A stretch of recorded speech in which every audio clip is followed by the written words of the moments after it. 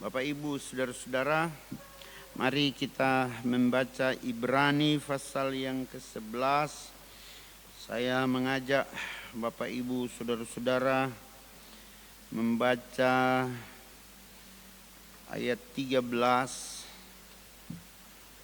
Kali ini agak panjang sampai ayat 19.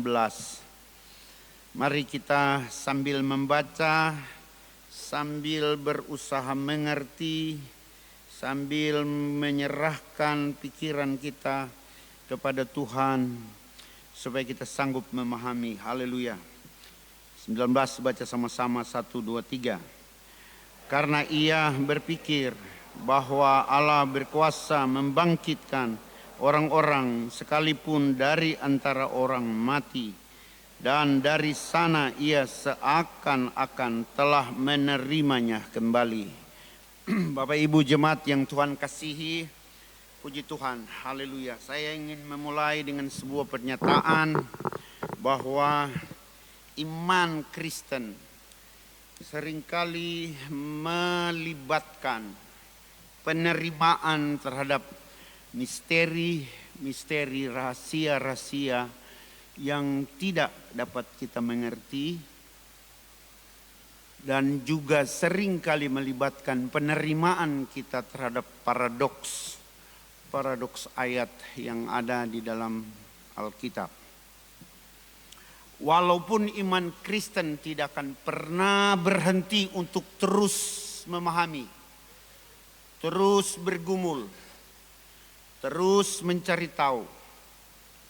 Tetapi sebelum kita mendapatkan pengetahuan itu, kita tidak menjadi lemah karena kita tidak tahu. Kita tidak menjadi lemah karena adanya paradoks atau sifat paradoksal dari Alkitab. Ya. Barangkali ada pengalaman-pengalaman secara pribadi juga dari saya dan saudara yang menyatakan hal tersebut, membenarkan hal tersebut. Kita tidak tahu banyak hal dalam hidup kita, mengapa itu terjadi, tetapi kita masih beriman sampai hari ini. Ya. Tetapi kita masih teguh percaya kepada firman-Nya, yang barangkali waktu kita baca, kok di sini bicara begini, di sana bicara begitu. Saudara-saudara, kita masih saja menjadi orang percaya sampai hari ini. Sebab itu saya katakan tadi bahwa seringkali iman Kristiani itu melibatkan penerimaan kita terhadap hal-hal yang bersifat misteri dan paradoksal dalam Alkitab. Puji Tuhan kalau sampai hari ini kita belum berhenti mencari tahu. Karena ini tugas kita. Haleluya. Bukankah Rasul Paulus berkata berulang kali, hendaklah kamu bertambah-tambah katanya, ya, di dalam pengenalanmu akan Tuhan, bertambah-tambah di dalam pengetahuanmu. Iman katanya tambah dengan pengetahuan, pengetahuan ditambah dengan kerendahan hati, dan seterusnya dan seterusnya. Bapak Ibu saudara-saudara, mungkin saja sampai saya dan saudara meninggal, atau sampai waktunya gereja bahkan disempurnakan.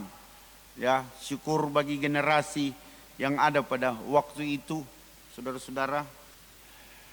Tapi saudara-saudara, saya mau berkata jujur kepada saudara-saudara, beberapa orang telah menjadi lemah imannya. Beberapa orang bahkan telah meninggalkan imannya. Mungkin karena di dalam pemahaman awal dia sudah mengunci. Dia sudah berpikir sudah begitu pengetahuan tentang misalnya soal iman, ya. Sehingga waktu dia mengalami kehidupan, kenyataan hidup maksudnya, yang berbeda dengan apa yang dia ketahui dengan percayanya, dengan imannya, maka dia meninggalkan Tuhan. Ya, saya mendengar ini dari beberapa hamba Tuhan, dan saya membaca dalam Alkitab ada juga pelayan-pelayan Tuhan yang berbalik. Rasul Paulus berkata, Demas sudah berbalik. Demas sudah meninggalkan kita. Demas sudah mencintai dunia. Tadi tanya Demas adalah pelayan yang setia bersama-sama dengan Paulus. Bapak Ibu saudara-saudara, saya beri contoh. Contoh ini berulang-ulang kali sudah gembala sampaikan dalam khotbah. Ada orang-orang yang mengiring Yesus karena Bapak Ibu Saudara, apa yang mereka butuhkan terpenuhi. Ya. Yesus sendiri berkata kepada mereka, kamu ikut aku, kamu mencari aku karena perutmu sudah kenyang. Bukan karena tanda, bukan karena melihat petunjuk ke arah Dia yang adalah juru selamat. Kamu mengikut aku karena kamu mau hidup dalam kelimpahan untuk memuaskan hawa nafsumu saja. Pada saat Tuhan tidak memberi, mengunci tangannya untuk menguji setiap iman kita. Saudara-saudara, kita bisa meninggalkan Tuhan. Nah Bapak Ibu saudara-saudara, mari kita dengar dengan teliti kata Alkitab. Mendengar dengan teliti. Ibrani pasal berapa? Pasal 3 kalau tidak salah. Mendengar dengan teliti. Agar supaya iman kita jangan sampai jatuh. Jangan sampai kita berbalik dari iman kepada Tuhan. Jangan sampai ada suatu peristiwa nanti yang kita alami di kemudian hari yang membuat kita kecewa dengan Tuhan dan meninggalkan Dia.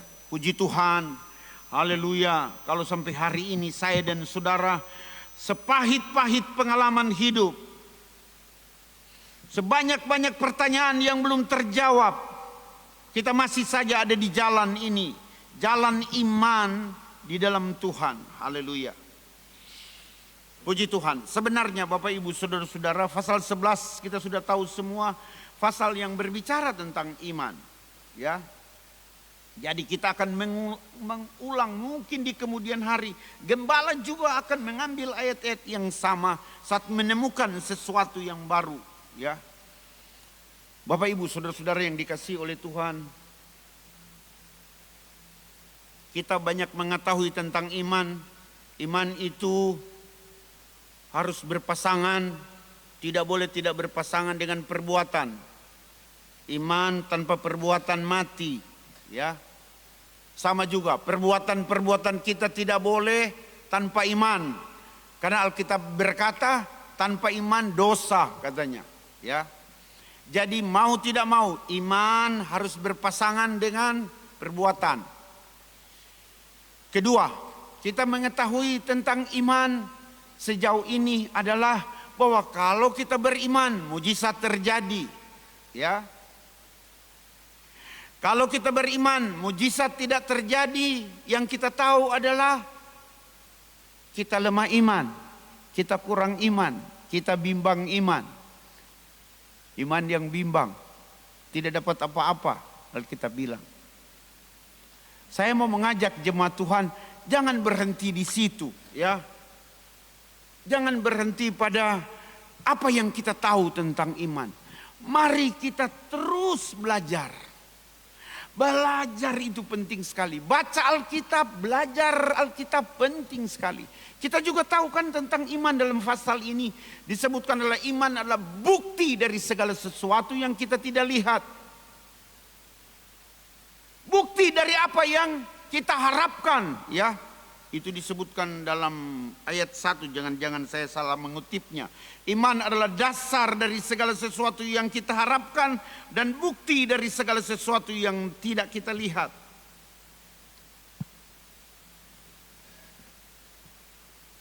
Kalau sudah seperti itu mau tambah apa lagi tentang iman, ya? Saudara-saudara, barangkali muncul pertanyaan di hati kita seperti itu. Saudara-saudara, saya ingin dorong kita semua, motivasi kita semua, jangan berhenti pada apa yang sudah kita ketahui. Contohnya tentang iman seperti yang saya sudah bicara tadi. Karena kalau kita baca ayat-ayat ini, kita akan menemukan, saudara-saudara, iman yang harus berpasangan dengan perbuatan itu perbuatan begitu banyak. ekspresinya begitu berlimpah.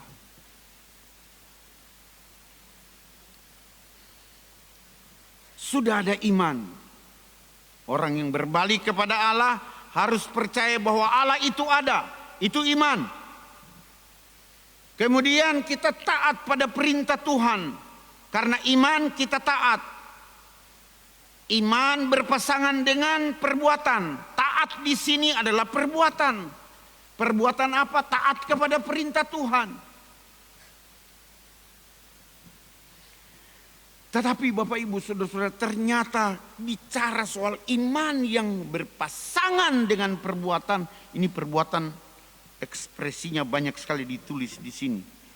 Dan banyak hal yang misteri sifatnya. Ya. Kalau kita telusuri pelan-pelan seperti yang kita lihat iman Habel ayat 4. Habel, karena iman Habel telah mempersembahkan kepada Allah korban yang lebih baik daripada korban Kain. Iman. Perbuatan adalah berkorban atau mempersembahkan korban yang lebih baik. Itu perbuatan.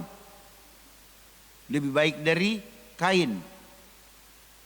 Tindakan Habel, perbuatan Habel jauh lebih baik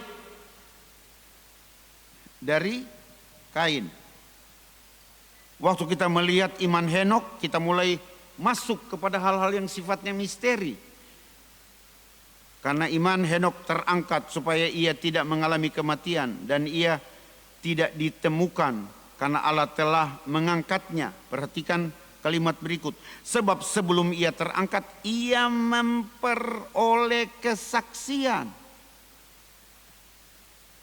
Kita mulai meraba, ada sesuatu, ada yang misteri.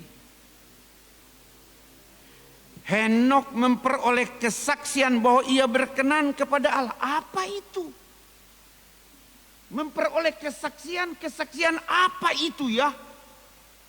Yang menyebabkan ia berkenan kepada Tuhan. Dan seterusnya Bapak Ibu Saudara-saudara, tadi pagi saya membaca ayat awal itu dari ayat 11 ya. Ibrani 11 ayat 11. Sebenarnya Bapak Ibu Saudara boleh diurut untuk kita bisa explore tentang iman dalam ekspresi yang begitu beragam. Ayat 11 bilang begini, karena iman ia juga dan Sarah, ia di sini Abraham, beroleh kekuatan untuk menurunkan anak cucu walaupun usianya sudah lewat. Ia menganggap dia yang memberikan janji itu setia. Salah satu ekspresi iman adalah menganggap.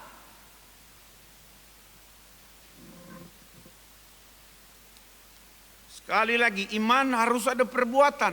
Perbuatan ini menganggap Tuhan setia. Saya menulis, Bapak Ibu Saudara-saudara, dalam bahasa Yunani kata menganggap itu disebut hagesato, ya. Makna dasar itu memimpin, membimbing, menganggap, mempertimbangkan, menilai. Ya. Nah, dalam konteks kalimat ini bukan memimpin arti hagesato. Juga bukan membimbing. Dalam konteks kalimat ini kata hagesato itu adalah menganggap, mempertimbangkan, menilai. Kesimpulannya begini, saudara-saudara. Abraham dan Sarah itu secara aktif di dalam mempertimbangkan, di dalam hal mereka menuju kepada kesimpulan untuk menganggap Allah itu setia. Jadi kita menganggap ini tidak datang dari ruang hampa. Secara aktif mereka berpikir, mereka merenungkan, mereka mempertimbangkan. Kemudian tiba pada sikap menganggap, menilai Allah itu setia.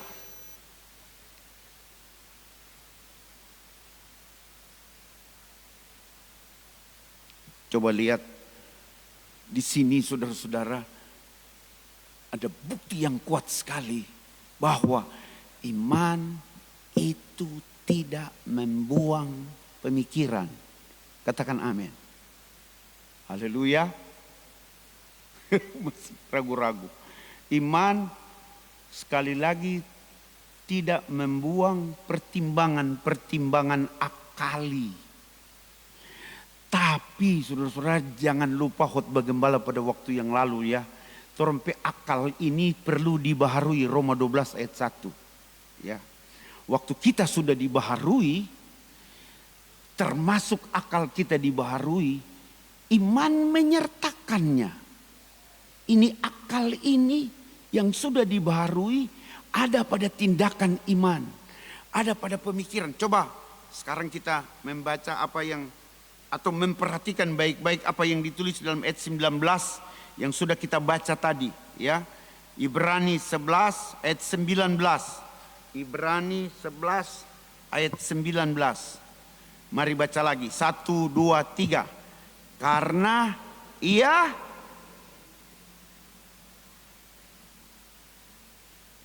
salah satu iman dari Abraham, ekspresi iman dari Abraham adalah berpikir. Wah, Bapak Ibu, saudara-saudara, bagaimana kita mau menerima saja perintah Tuhan kalau kita dalam posisi Abraham? Bagaimana saudara mau menerima perintah Tuhan? Abraham, persembahkan anakmu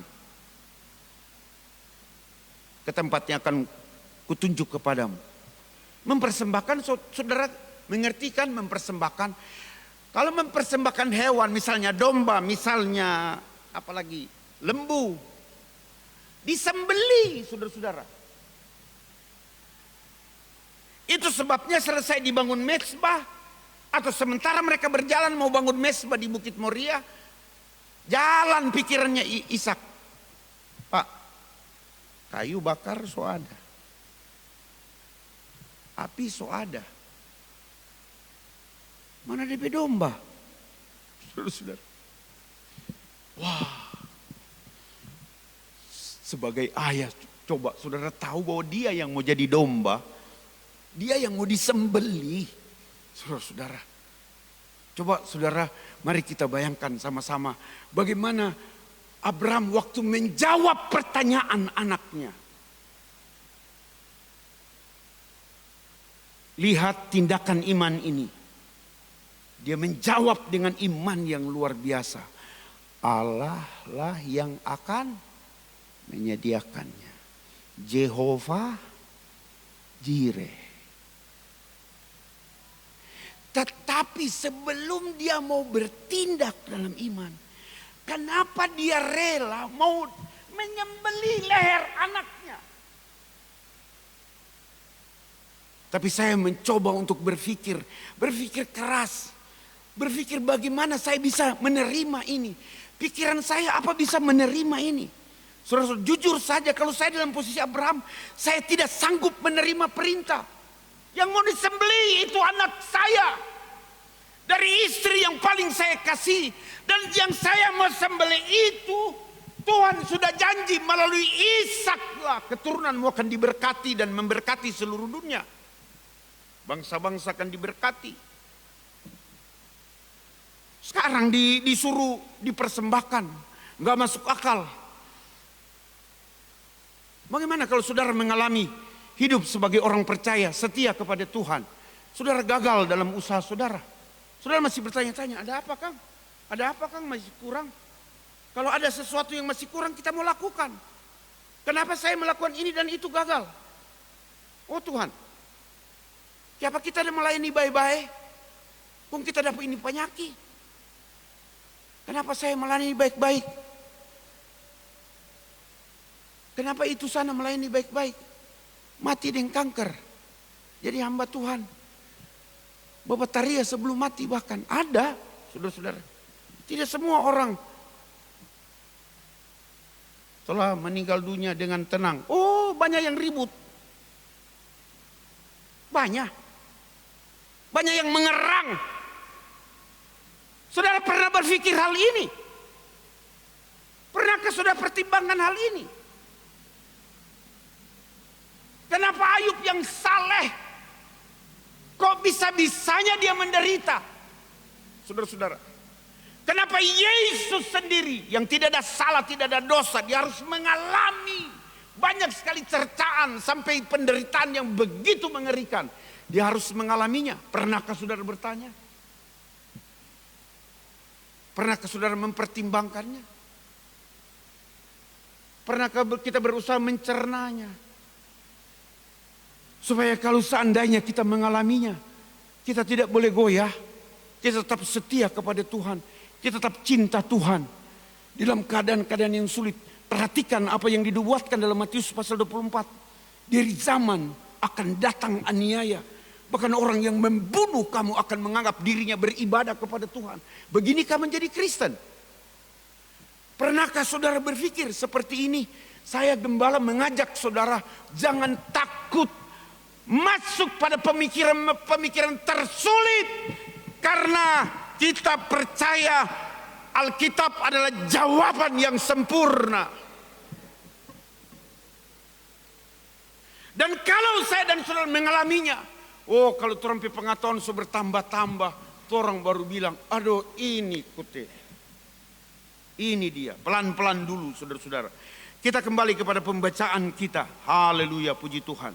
Dalam iman mereka semua ini telah mati sebagai orang-orang yang tidak memperoleh apa yang dijanjikan itu. Masuk pada konsep saudara ini tidak? Beriman tapi tidak memperoleh apa yang dijanjikan. Awoko. Bukankah dalam Yesus kita banyak mendengar pendeta bilang kita, janji Tuhan ya dan amin selalu digenapi.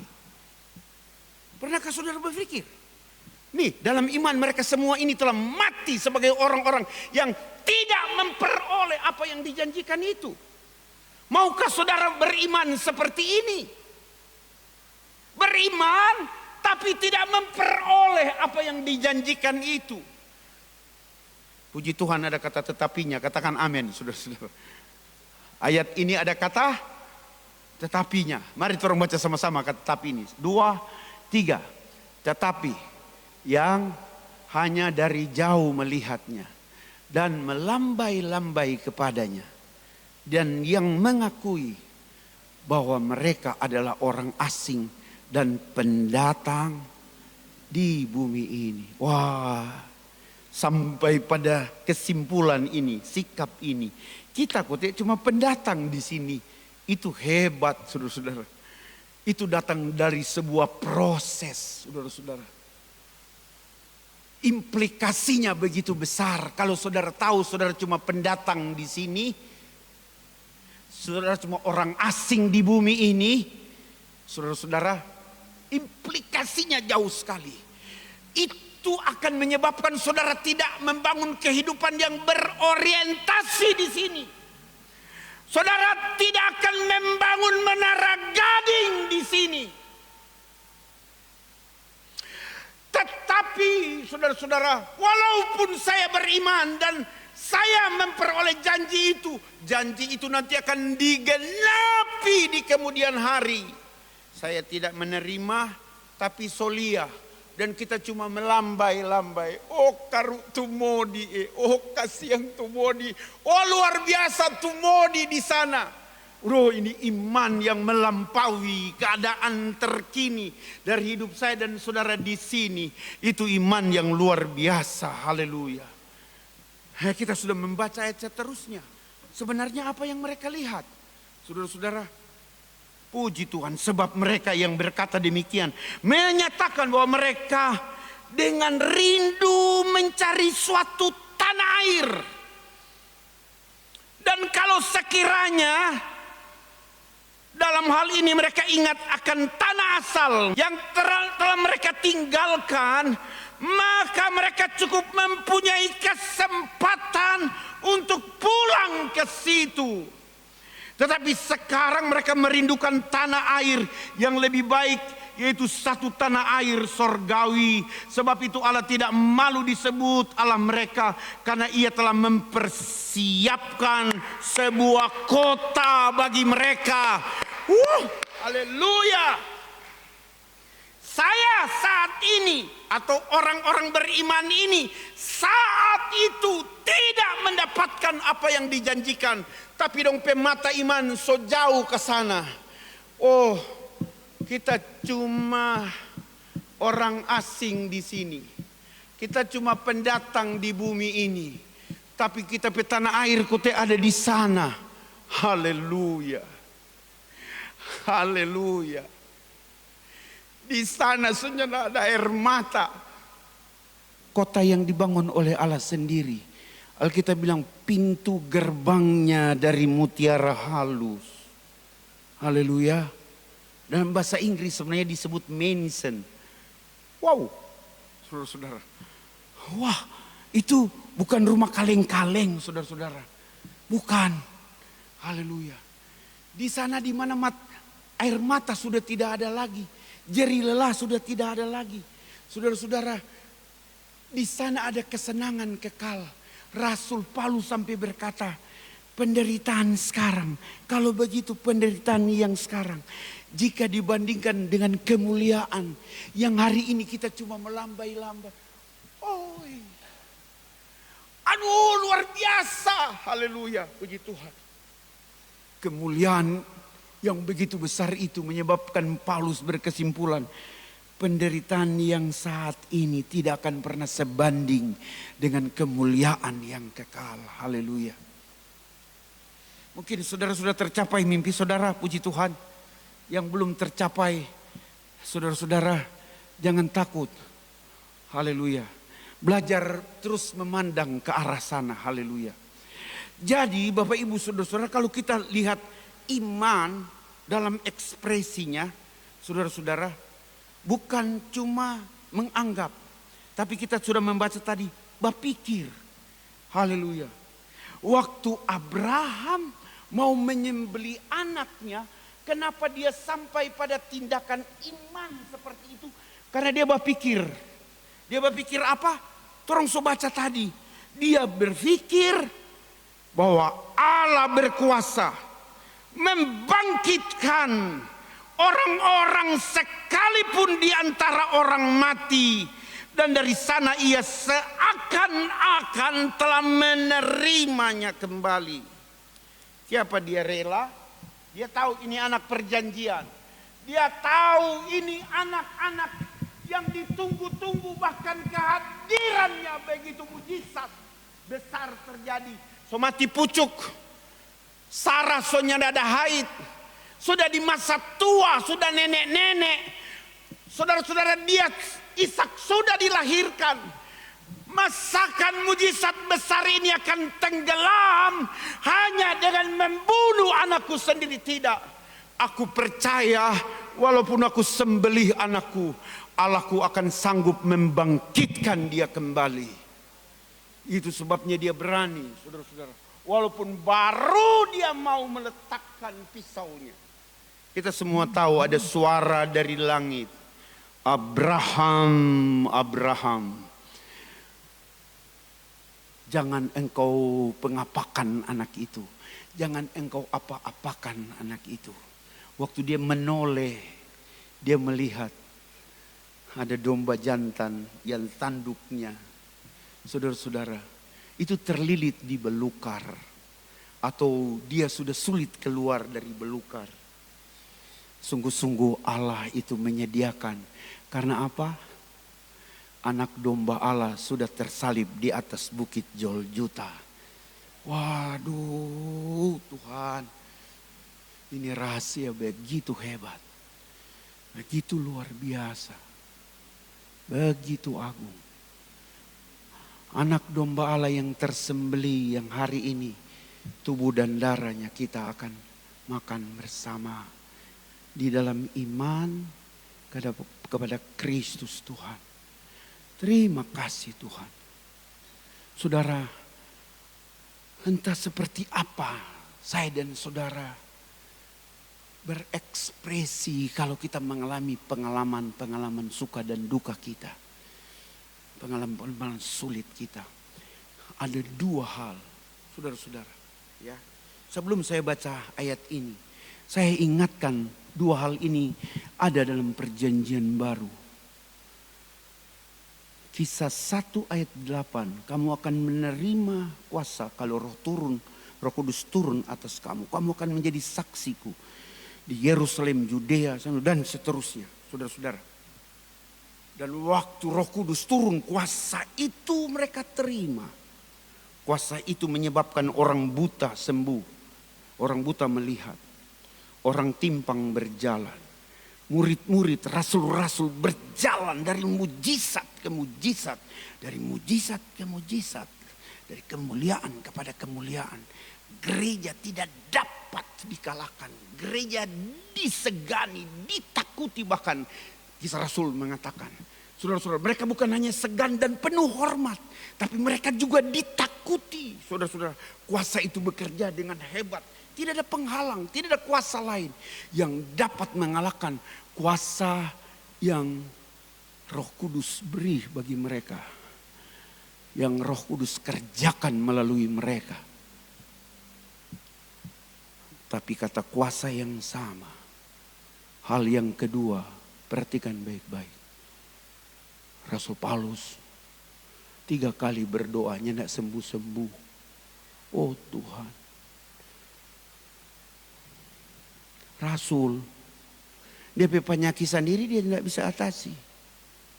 Itu bukan soal kelemahan iman. Justru itu bagian dari iman yang begitu luar biasa. Yang harus kita pelajari. Yang harus kita pikir baik-baik. Saudara-saudara. Rasul Paulus minta 3 kali. Dia enggak disembuhkan. Saudara-saudara. Perhatikan baik-baik apa kata Tuhan. Cukuplah kasih karuniaku padamu. Justru dalam kelemahanmu lah kuasaku menjadi sempurna. Aduh. Kuasa menjadi sempurna bagi saya, bagi pendeta Modiwenas adalah kalau tumpang tangan sembuh. Kalau tumpang tangan beres. 3 kali berdoa. Ini dirasa sebagai sebuah kelemahan. Kenapa saya hamba Tuhan? Kenapa saya rasul? Saya sendiri sakit tidak disembuhkan oleh Tuhan.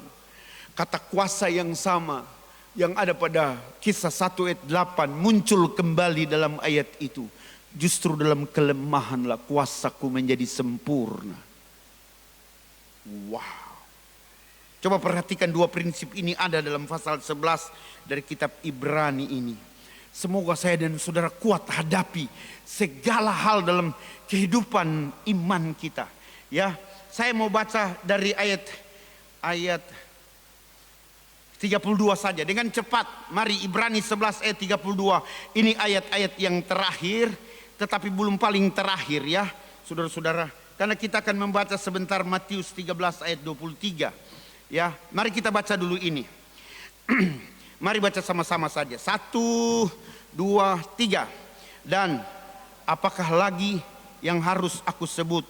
Sebab aku akan kekurangan waktu apabila aku hendak menceritakan tentang Gideon, Barak, Simson, Yefta, Daud, dan Samuel, dan para nabi yang karena iman telah menaklukkan kerajaan-kerajaan, mengamalkan kebenaran, memperoleh apa yang dijanjikan, menutup mulut singa, memadamkan api yang dahsyat.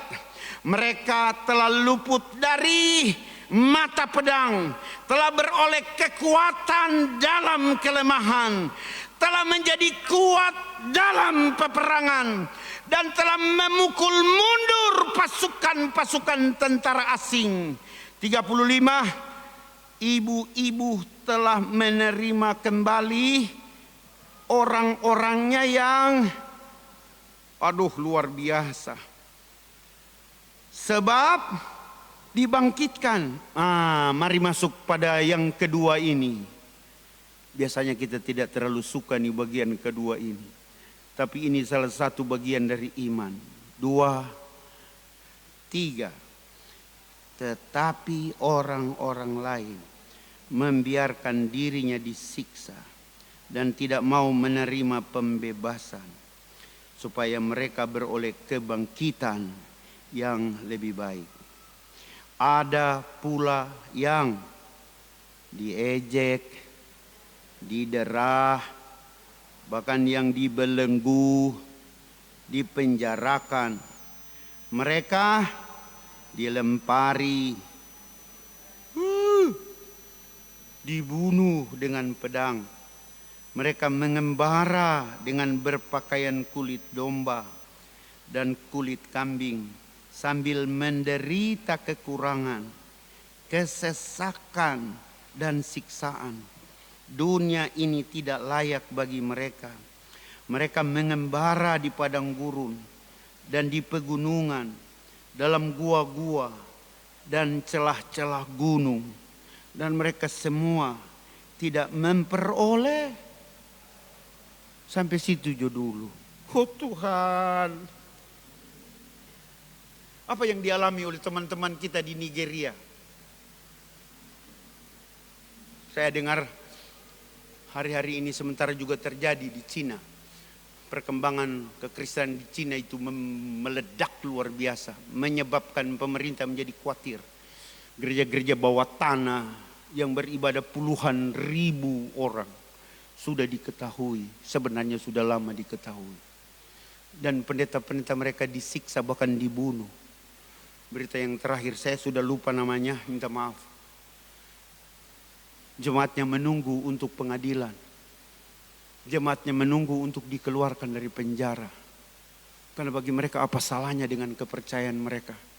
Mereka tidak pernah berbuat jahat. Mereka berbuat baik. Mereka memberkati banyak orang. Lalu kenapa pendeta kami ditahan? Tapi kemudian diberitakan pendeta mereka telah dibunuh dengan keji.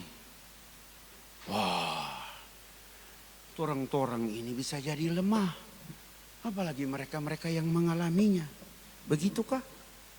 Sebegitukah iman Kristen? Tidak, Bapak Ibu Saudara-saudara. Di dunia ini ketidakadilan terjadi. Habakuk bilang, Tuhan pemata terlalu suci untuk lihat ketidakadilan ini. Kenapa Tuhan berdiam diri? Hukum muncul terbalik. Kenapa engkau tidak bertindak? Pertanyaan-pertanyaan tajam, saudara-saudara. Dipertanyakan oleh para nabi sendiri tentang Tuhan dalam ekspresinya. Tetapi Bapak Ibu, saudara-saudara yang dikasihi Tuhan. Haleluya. Tuhan bilang kepada Habakuk, sabar. Penglihatan ini akan menuju kesudahannya. Sesungguhnya orang-orang yang engkau lihat begitu jahat. Mereka sebenarnya ditempatkan di tempat-tempat terhukum. Tempat-tempat licin untuk menghancurkan mereka. Oh Bapak Ibu saudara-saudara yang kasih dalam Tuhan. Kekuatan iman di dalam Tuhan sekuat ini saudara-saudara. Kenapa? Kita tahu ada hari kebangkitan. Amin. Aduh, setelah kebangkitan yang namanya ketidakadilan serba diluruskan. Apa yang kita sebut ketidakadilan, di sana kita baru mengerti. Tuhan sendiri bilang pembalasan adalah hakku.